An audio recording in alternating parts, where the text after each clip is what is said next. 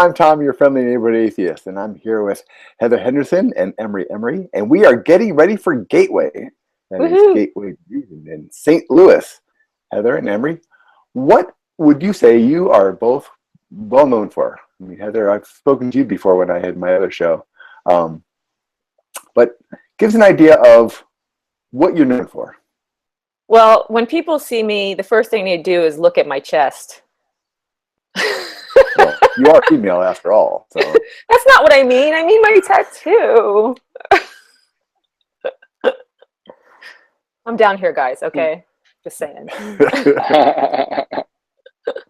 No, I'm an atheist and skeptic activist. So I'm known for my really large Facebook following of atheists and skeptics and debating online and on Twitter and just getting people to open up and talk about their religion and or their lack of religion. What about you, Emery? What are you known for? I'm more known for having made a film called The Aristocrats than I am for being an atheist, I think. But I'm a filmmaker and a stand-up comic of 1,000 years. And now I do a podcast with Heather, 2 podcasts with Heather, Ardent Atheist and Skeptically Yours. And Ardent Atheist is going to be the podcast that we record live at Gateway to Reason in St. Louis at the end of this month. Oh, yeah, I do a Cool. podcast with Emery. I don't know if you're known for that, though. You're probably right. Yeah. So describe a little what your podcast is about. Our podcasts, usually we have comedy experts or comics on to talk about religion. And the idea is that when you use comedy to talk about the hard things to talk about, people aren't as easily offended by those ideas. And our podcast, really offensive. But it's fun to get comics talking religion because there's a kind of disarming that happens, and it's easier to hear these hard to listen to ideas, I think. The other thing that we do with our podcast is we try really hard to let people know all around the world that they're not alone in their atheism or non-belief. Kind of offering up a kind of community, an online digital community of non-believers. Those were kind of the 2 goals that we set out to achieve, and I think we've achieved it quite well. We get emails from all around the world. Yeah, I'd like to add to that I think it's more likely that people will listen to what a comic has to say about religion than they will anyone else, because those are the people that they look up to. They make them laugh. They feel like they know them because they speak personally. And so, I think that that's a lot of the reasons why these comics really make our show what it is, because people can relate to them when they're talking about their beliefs. Well, I always say that atheist comics may have the best material to work with. Yeah, I'm always amazed when I see a magician or a stand-up comic or a juggler or any kind of entertainer who's wrapped up in the Christian idea. It just blows, especially magicians. That's just nuts. To get into the art of deceiving people. It's a black art. It's a black art. You can't be a Christian and exercise the black arts. Well, Jesus was a magician, water into wine, walking on water. I always multiplying fish and bread. Yeah, that's. I think he was just a liar. Well, I always compare Jesus to Harry Potter because they're both magicians and they're both characters in a book. Right. That's apt. I like that.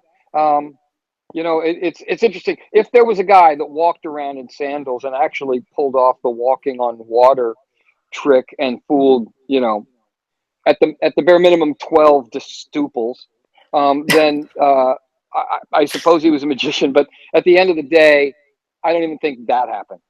I think that there were just people making up stories in order to convince other people to buy into an idea that basically ends up convincing women to lay in bed and take it whenever the heck the guy wants it.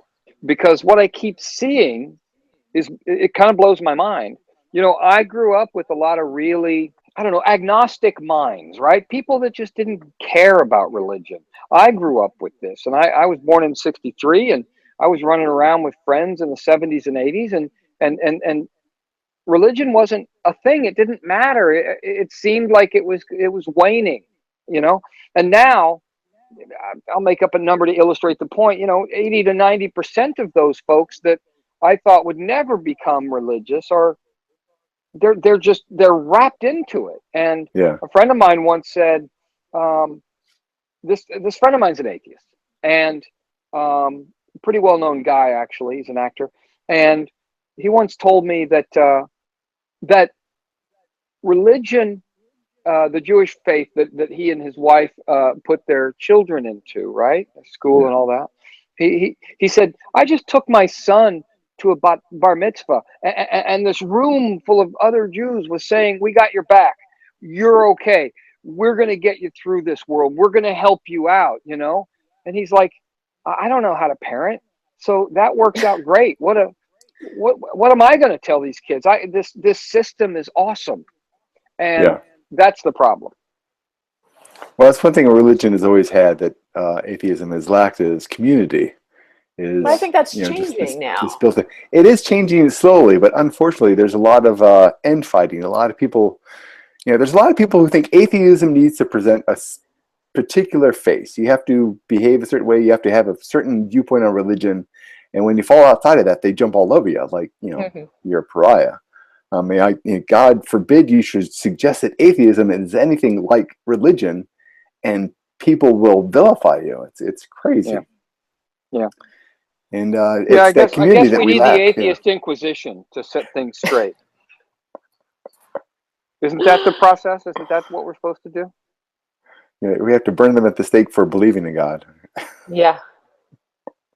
Or burn them on a effigy of the flying spaghetti monster. Yeah. Or for disbelieving improperly. Yeah.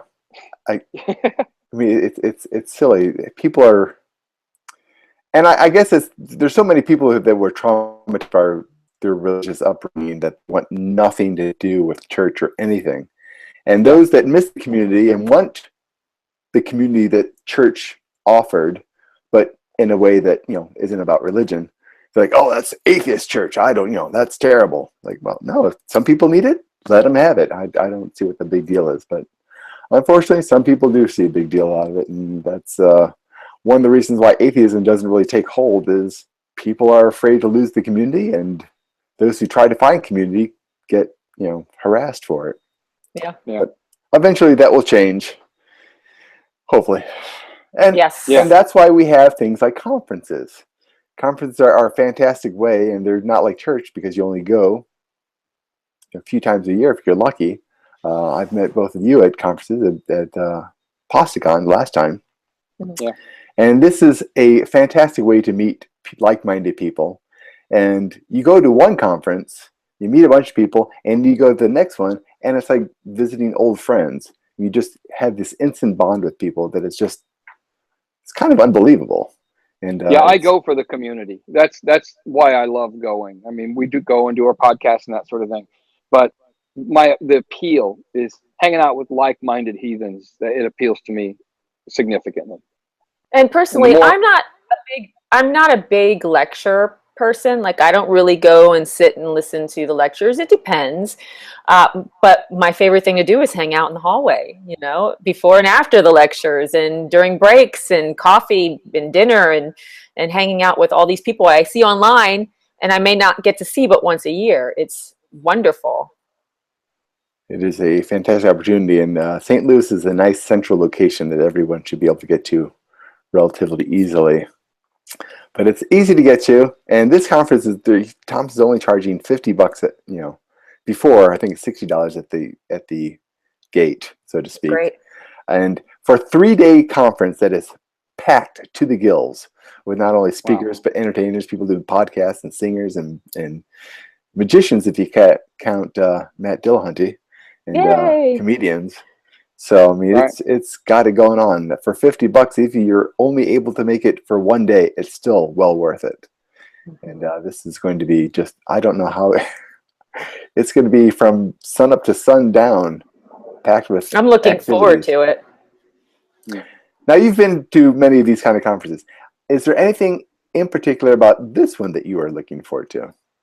Again, it's to see my friends and to get to hang out. And Matt Dillahunty will pull out a guitar and go in the lobby, and we'll just start playing songs, and everybody joins in. We have a couple of people like that that'll do that. You know, people like to get dressed up and, you know, show off their outfits. And, you know, if there's a bar there or a DJ playing, everyone's dancing. It's just a big party atmosphere, but it's very friendly. You know, there's hardly any animosity or I don't even feel any awkwardness when I go to these things. I just love it. I like seeing everybody from all over the world coming. Everyone's so happy to see you. You know, it's like, oh my gosh, my people.